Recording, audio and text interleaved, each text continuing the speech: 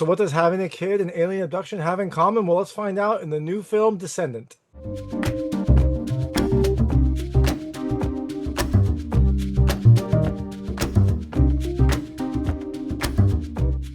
Hey everyone, it's David Stark from Watcher Pass, and I'm here to talk about Descendant, which comes to select theaters on August 8th, 2025, and nationwide in VOD on August 12th, 2025. It is a new film that is written and directed by Peter Salella, and it is a kind of like horror thriller about past trauma, family dynamics, and the fear of a new life coming in your world.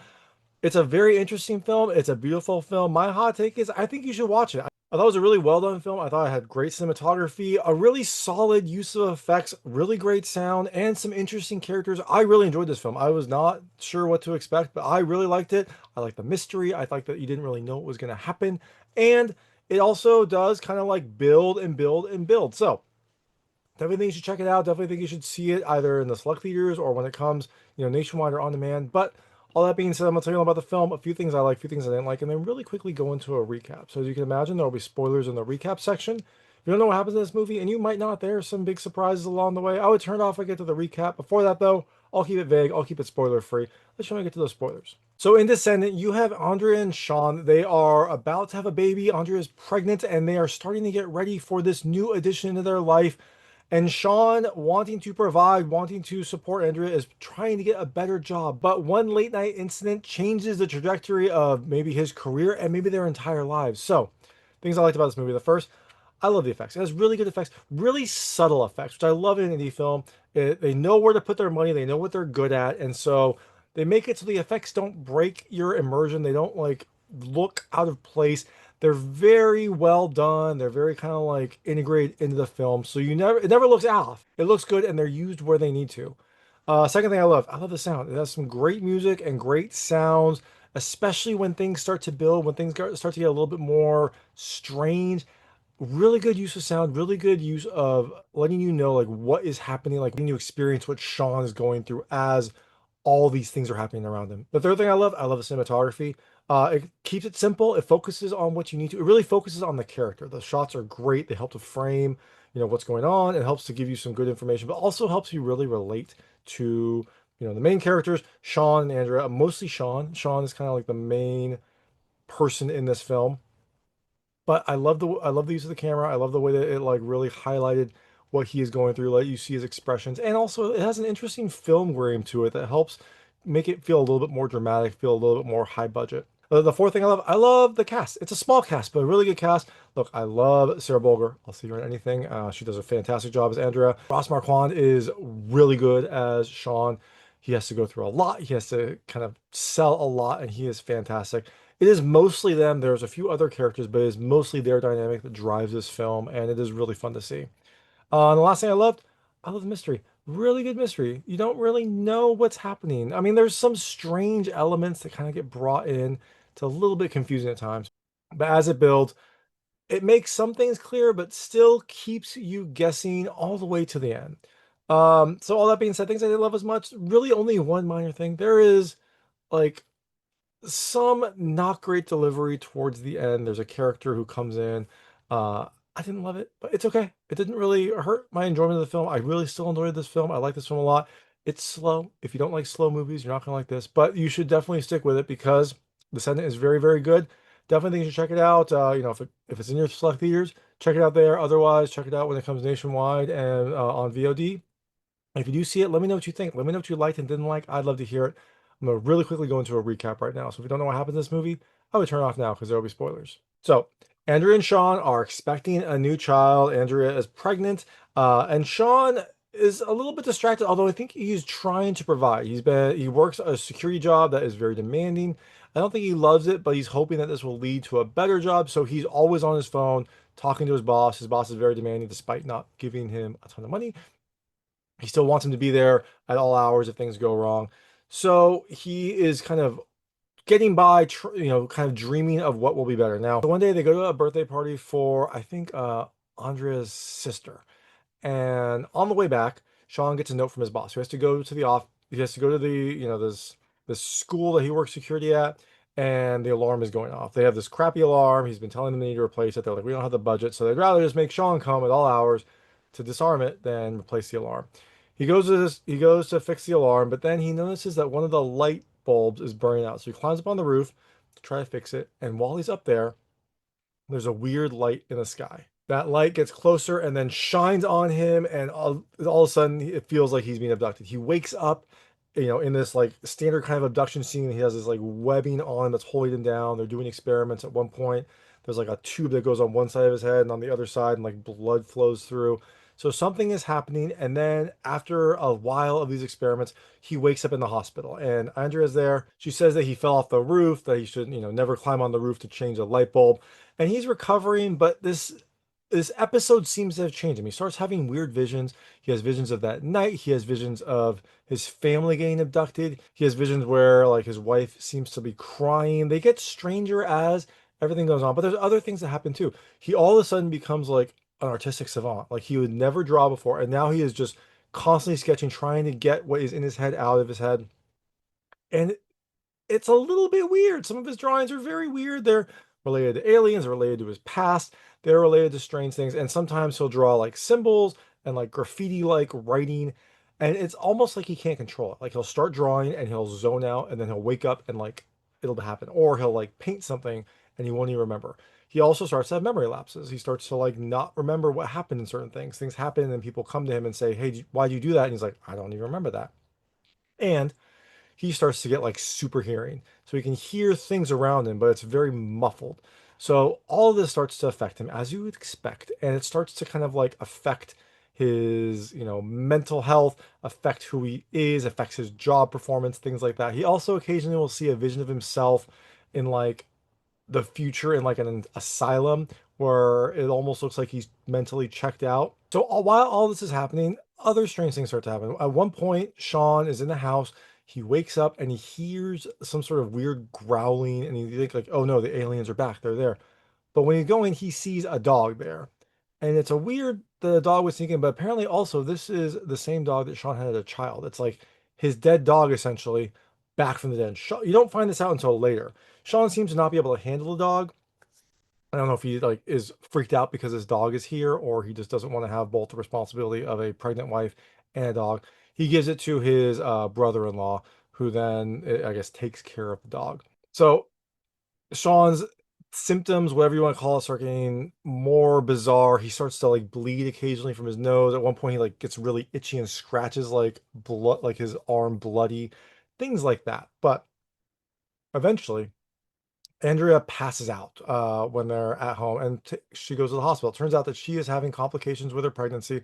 The baby's okay, but she has to get a lot of rest. But I think she's also been kind of like exerting herself, taking care of Sean, being worried about Sean because things are happening with him. He seems to be changing. He seems to be like forgetful and aloof and things like that. He also maybe gets a little bit paranoid. He starts really wanting to have a gun. And this is concerning because throughout all of these things that are happening to him, his, I guess it's not his mother. It feels like maybe like a stepmother. I don't really remember their exact relationship. It might be because she's mentioned something about like your father used to do this. Your father used to like be forgetful. Your father used to, I think his father shot himself. And so when he starts to get a gun, everyone's worried about that because of what his father did. All this starts to build, and then one day his boss calls him in, and I guess the alarm was going off, but then also there was something painted on the wall, and the boss is like, "You don't remember doing that?" And what was painted on the wall was "Break free from Aster," which is strange, but Sean has been having forgetful moments, so it's not a crazy surprise. He later goes to his mom or his aunt or whatever, I think it's his mom or stepmom, and says, "What is Astor?" And she says, "That's the street that you grew up on." Um, then he asks his mom why his dad killed himself. And this is when like things turn weird. Her voice gets muffled. She gets like an alien eye, and Sean kind of freaks out. He grabs a knife, and it's very like you're not sure what's gonna happen. And he says, "It's okay, none of this is happening," and then he cuts himself. So feels like he's starting to unravel. Feels like everything is starting to get to him. He then goes to work, and while he's messing with his badge, he's being forgetful, and he drops this gun that he had purchased earlier. and it goes off. Again, he like for some reason fixated on wanting a gun. He said that he wanted it for protection because he's going to have another life there. He wants to protect that. He wants to be the protector. You start to wonder though, is he just following a path from his father, who apparently killed himself with a gun? So is he going down a spiral? Is he getting this gun so he can eventually kill himself? You don't know, but we do know that the gun goes off at his work, which we think he gets fired. I actually love this. I love the way that they describe this. If there was a sixth thing I love about this, nothing is like explicitly told to you. You get context clues, a lot of context clues, which is confusing at the time, but is so much more satisfying when you are watching the movie and you're starting to figure things out. Like, for example, we never see him getting fired. But after this gun goes off, he goes back home, makes breakfast for his wife.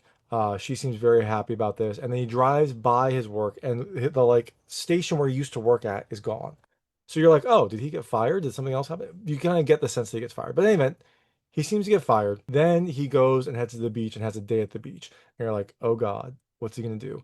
He sits at the water, he pulls out the gun, and then he doesn't do anything. The next thing you see, he throws it in the trash, which good for him, not killing himself. Don't throw a weapon in the trash. That's not smart. Someone could find it.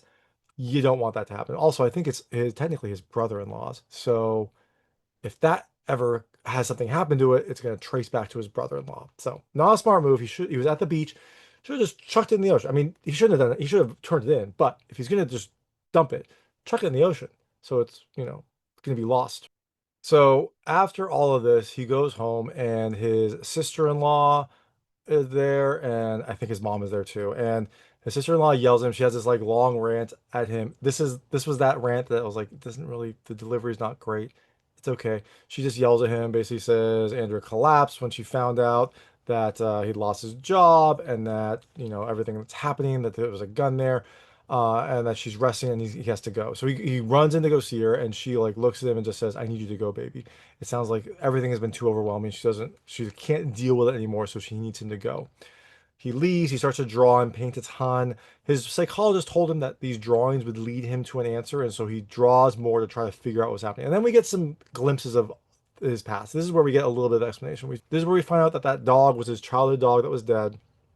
I find out that he lost his job. He then goes on a rant, which is a really good monologue. I can't do it justice, so I'm just let you know it's a really good monologue. Ross, the person that plays Sean, just it's very powerful. So just watch it. It's a great monologue. He then goes to the hospital to see Andrea, and she is pronounced dead. So this all feels like a strange, crazy sequence. He goes back to the house. It's abandoned. And in there, we see a mural on his wall with all these scenes from his childhood home, and his parents look like aliens. So you're like, oh, that's weird. What is happening? And then he drives, and we see that as he's driving, the scenes that he has painted or drawn are what he sees as he's driving. Things that we've seen before, we recognize from his previous drawings. He's passing them. He eventually goes to Astor Road.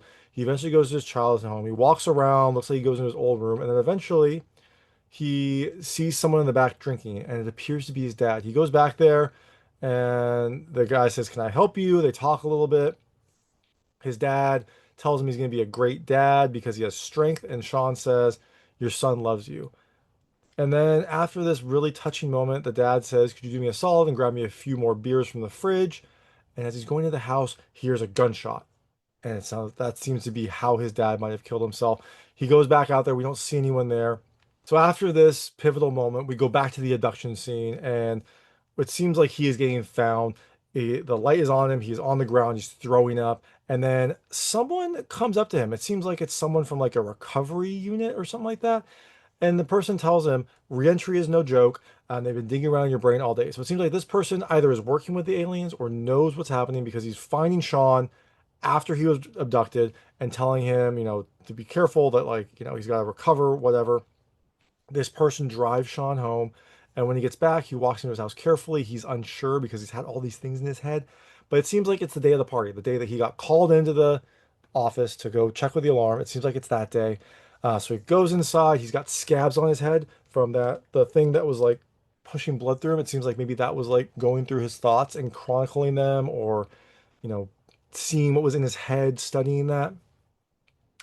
And then when he gets to his bedroom, Andrea's there. She's asleep in bed. He gets into bed, he holds her, and then above him, we see a bunch of drawings, a bunch of his drawings. So again, we don't know. Like, is he actually artistic? Was that whole dream sequence, you know, part of him realizing he was artistic?